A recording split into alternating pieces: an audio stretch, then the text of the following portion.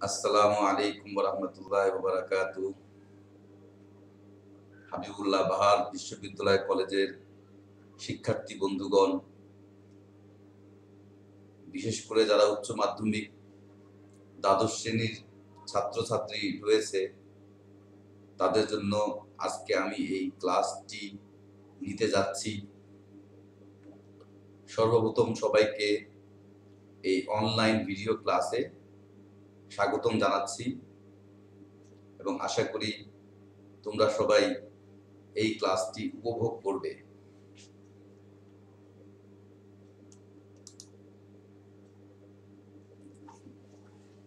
সবাইকে ওয়েলকাম।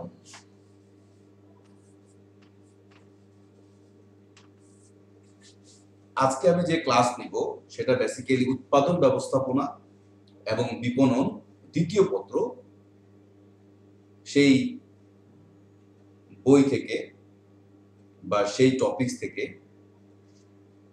উৎপাদন ব্যবস্থাপনা এবং বিপণন দ্বাদশ শ্রেণীর যে বিপণন অংশ রয়েছে সেই অংশের একটি গুরুত্বপূর্ণ ক্লাস আমি আজকে তোমাদের নিব।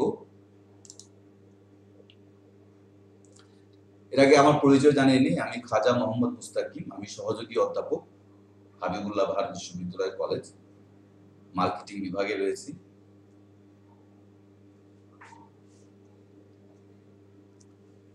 আজকে আমাদের আলোচনার টপিক হচ্ছে, আজকে আমরা বিপণন বইয়ের অধ্যায়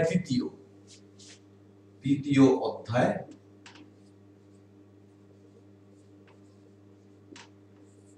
অধ্যায় নিয়ে আলোচনা করব, যে অধ্যায়ের নাম হচ্ছে বিপণন কার্যাবলী।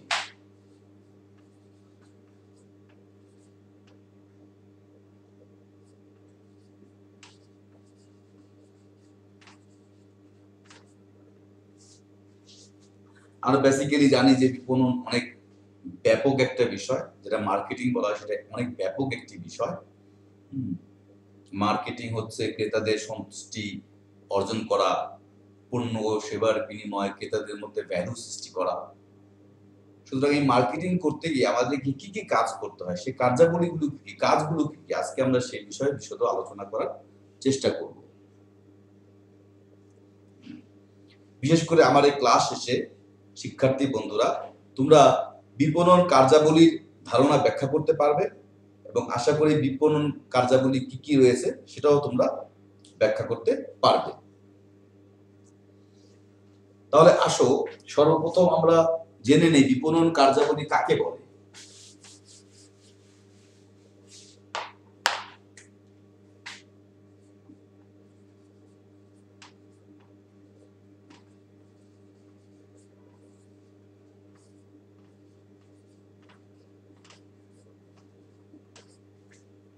বিপণন কার্যাবলী কাকে বলে?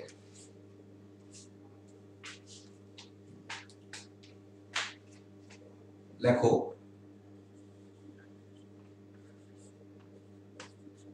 ভোক্তাদের প্রয়োজন ও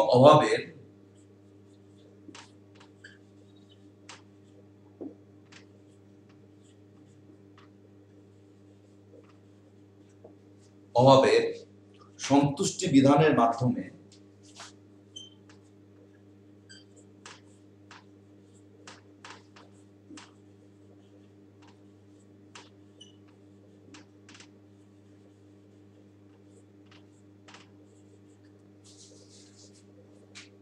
প্রাতিষ্ঠানিক উদ্দেশ্য অর্জনের লক্ষ্যে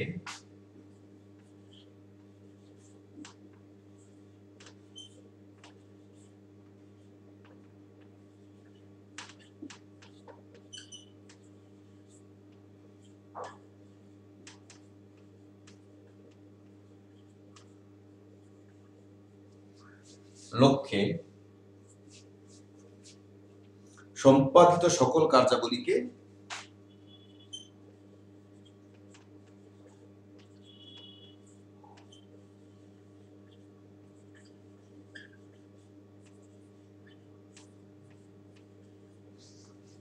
বিপণন কার্যাবলী বলে।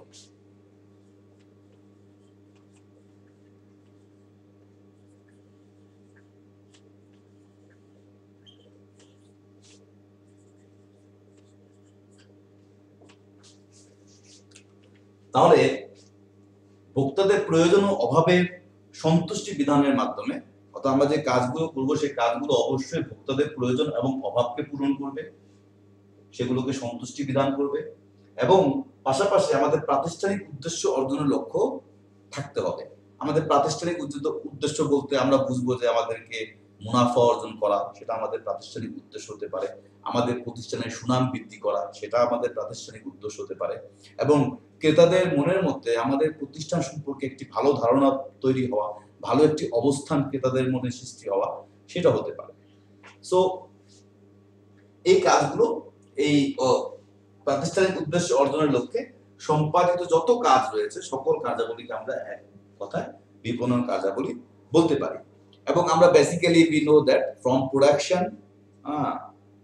production planning, start from production planning, and we have to satisfy the customer.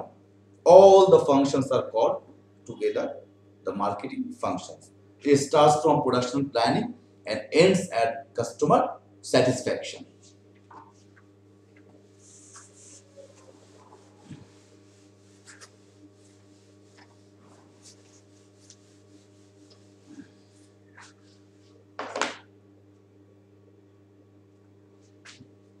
এখন দেখো বিপণন কার্যাবলী কি কি রয়েছে।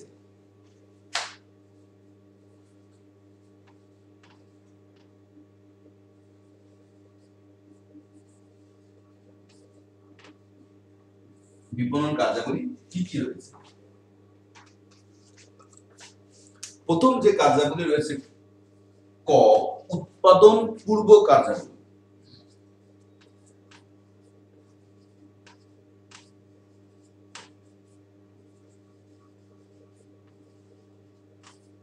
কোন একটা পণ্য বা সেবা উৎপাদন করার পূর্বে আমাদেরকে কিছু মার্কেটারদেরকে কিছু কাজ করতে হবে।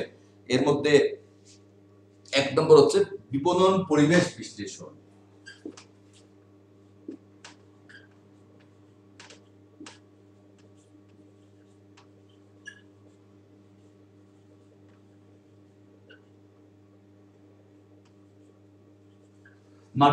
মার্কেটারদেরকে অবশ্যই কোনো কিছু মার্কেটিং করার পূর্বে সেই এনভায়রনমেন্টটাকে অ্যানালাইসিস করতে হবে, এবং এর মধ্যে কিছু মাইক্রো এনভায়রনমেন্ট থাকে, ম্যাক্রো এনভায়রনমেন্ট থাকে, প্রতিষ্ঠানের ভেতরে কিছু এনভায়রনমেন্ট থাকে, প্রতিষ্ঠানের বাইরের কিছু এনভায়রনমেন্ট থাকে।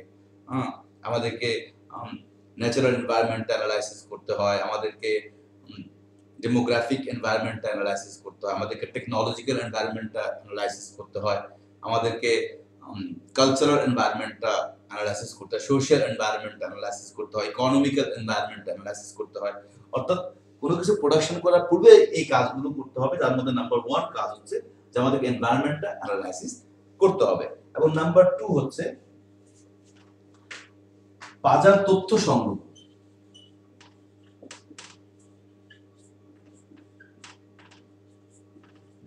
আমাদেরকে মার্কেট থেকে ইনফরমেশন কালেক্ট করতে হবে।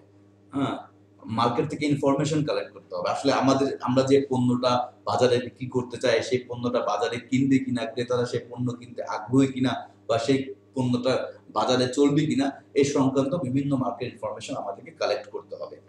এবং number 3,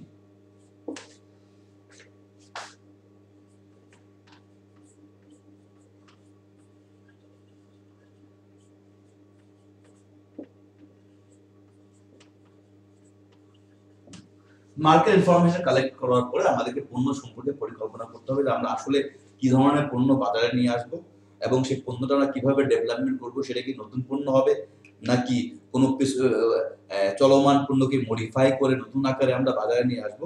that means you have to plan about product and you have to develop the product.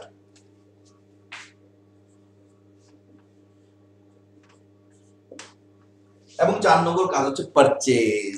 আমরা জানি যে আমরা যখন কোনো কিছু প্রোডাকশন করতে যাব, then we have to purchase some raw materials. আমাদেরকে অবশ্যই র ম্যাটেরিয়াল পারচেজ করতে হবে, র ম্যাটেরিয়াল পারচেজ করতে হবে। সুতরাং পারচেজটাও আমাদের প্রোডাকশনের পূর্বের কাজ হিসেবে গণ্য হবে, যে আমরা ক্রয় করব কি, কোত্থেকে ক্রয় করব, কতটুকু পরিমাণে ক্রয় করব, কি দরে আমরা ক্রয় করব, সেই সংক্রান্ত কাজও মার্কেটিং এর সাথে রিলেটেড।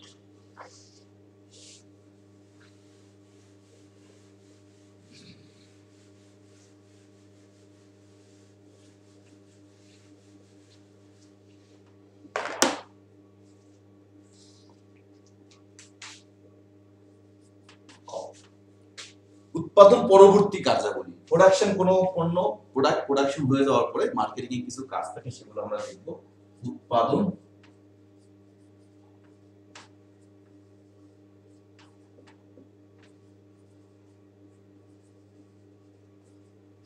কার্যাবলী। উৎপাদন পরবর্তী কার্যাবলীর মধ্যে নাম্বার 1 হচ্ছে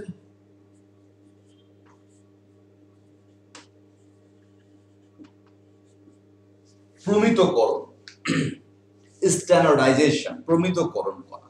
অর্থাৎ যে পণ্য আমরা, সে পণ্যের কালারটা কি হবে, পণ্যের গুণাবলীটা কি হবে, পণ্যের সাইজটা কি হবে, পণ্যের কোয়ান্টিটিটা কি পরিমাণ হবে, পণ্যের মৌলিকীকরণ আমরা কিভাবে করব, পণ্যকে পণ্য ভেতরগত কোর যে বিষয়গুলো, পণ্যের ভিতরে কি কি গুণাবলী থাকতে হবে, অর্থাৎ পণ্যেরকে স্ট্যান্ডার্ডাইজ করা, প্রমিতকরণ করা, এটাও একটা মার্কেটিং এর কাজ।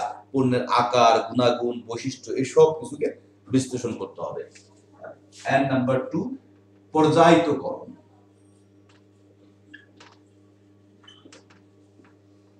এটাকে বলে গ্রেডিং। প্রমিতকরণ এবং পর্যায়িতকরণ। প্রমিতকরণ স্ট্যান্ডার্ডাইজেশন, পর্যায়িতকরণ হচ্ছে গ্রেডিং করা।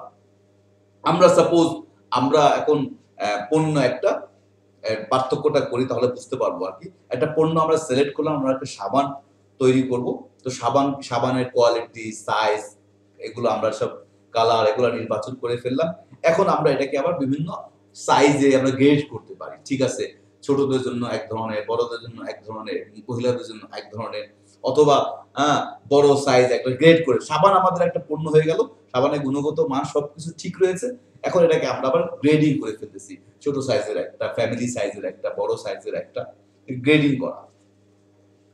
যখন আমরা এই আলু উৎপাদন করি, তো আমরা প্রথম আলু যখন উৎপাদন করা হয় তখন চেষ্টা করি ভালো মানের আলু উৎপাদন করা, এবং ভালো আলুগুলো আমরা প্রথমে আগে বাছাই করে নিই। সেটা আমাদের প্রমিতকরণ হয়ে গেল। এরপরে আলুকে বিভিন্ন সাইজে আমরা ভাগ করতেছি, বিভিন্ন সাইজে ভাগ করতেছি, তখন সেটাকে আমরা বলবো পর্যায়িতকরণ। 3 নম্বর কাজ পরিবহন। আমরা জানি যে মার্কেটিং এর একটা কাজ হচ্ছে স্থানগত উপযোগ সৃষ্টি করা, এবং পরিবহন সেই কাজটি করে। আমরা পণ্য উৎপাদন করে শুধু ক্ষান্ত হয়ে যাব না, এই পণ্যকে আমাদের কাস্টমার পর্যন্ত পৌঁছানোর জন্য ট্রান্সপোর্টেশনটা আমাদেরকে ব্যবহার করতে, কিভাবে আমরা কাস্টমারদের কাছে পৌঁছাবো, ট্রান্সপোর্টেশন সিস্টেমটা কি হবে, সেইটার কাজও মার্কেটিং এর কাজ। 4 গুদামজাতকরণ। গুদামজাতকরণ আমরা সময়গত উপযোগ সৃষ্টি করা, ওয়্যার হাউস করা। আলু বছরের একটা নির্দিষ্ট সময় উৎপাদিত হয়, কিন্তু এই আলুকে ওয়্যার হাউস করে, গুদামজাত করে আমরা সারা বছর ভোগ করতে পারি। চাল একটা নির্দিষ্ট সময় উৎপাদিত হয়, কিন্তু এই চালকে আমরা গুদামজাত করে সারা বছর আমরা সেটা ভোগ করতে পারি। এই গুদামজাতকরণের কাজ হচ্ছে মার্কেটিং এর কাজ। 5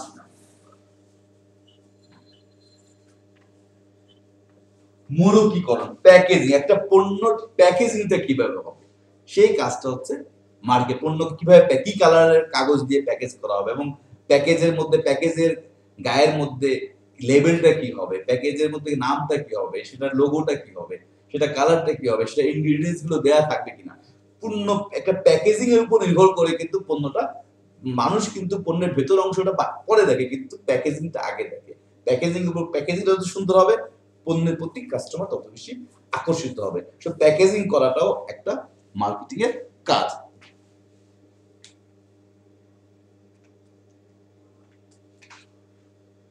6 নাম্বার বিজ্ঞাপন।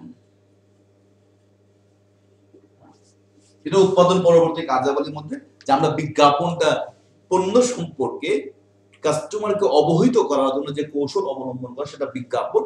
এবং বিজ্ঞাপন বেসিক্যালি পেইড ফর্ম, আমাদের টাকা দিয়ে বিভিন্ন মাধ্যমে বিজ্ঞাপন প্রদান করতে হয়। কখনো টিভিতে বিজ্ঞাপন করতে হয়, কখনো রেডিওতে বিজ্ঞাপন প্রদান করতে হয়, কখনো নিউজ পেপারে রেডিও বিজ্ঞাপন প্রদান করতে হয়, কখনো বিভিন্ন ম্যাগাজিনের মধ্যে বিজ্ঞাপন প্রদান করতে। যত বেশি বিজ্ঞাপন হবে, তত বেশি পণ্য সম্পর্কে জনগণ, কাস্টমার অবহিত হবে, তখন পণ্যটা তারা কিনবে।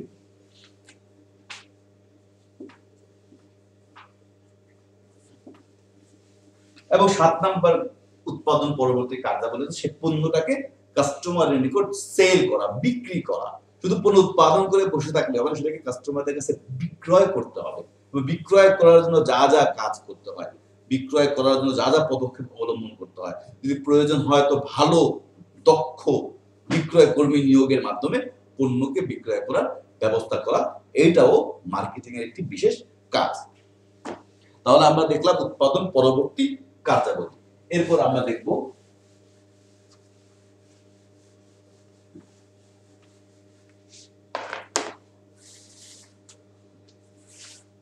গ, বিক্রয়ের পরবর্তী কার্যাবলী।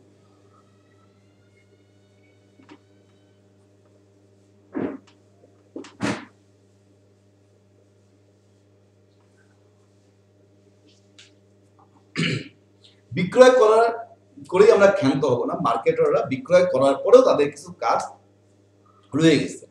এর মধ্যে নাম্বার 1, বিক্রয়োত্তর সেবা প্রদান করা।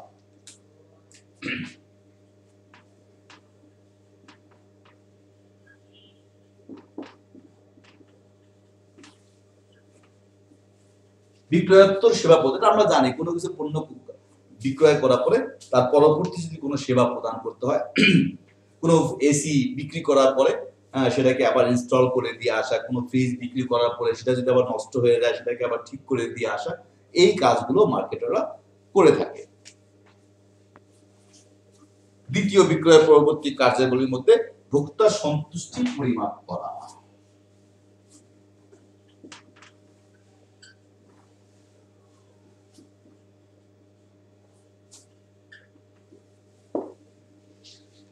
আমার পণ্যটা বিক্রি করে আসলে এই ভোক্তারা সন্তুষ্ট হচ্ছে সেটা আমাকে মেজারমেন্ট করতে হবে। হ্যাঁ, তারা খুব বেশি সন্তুষ্ট হচ্ছে কিনা, কম সন্তুষ্ট হচ্ছে কিনা, নাকি সন্তুষ্ট হচ্ছেই না, তারা পণ্যটা কিনে তারা খুব খুশি হচ্ছে কিনা, পণ্যটা ব্যবহার করে তারা স্যাটিসফাই হচ্ছে কিনা, সেগুলো আমাদেরকে পরিমাপ করতে হবে। তাহলে আমরা পরবর্তীতে বিভিন্ন ধরনের বিক্রয় উন্নয়নের পদক্ষেপ গ্রহণ করতে পারব। 3 নাম্বার, সংশোধনমূলক ব্যবস্থা গ্রহণ। সংশোধনমূলক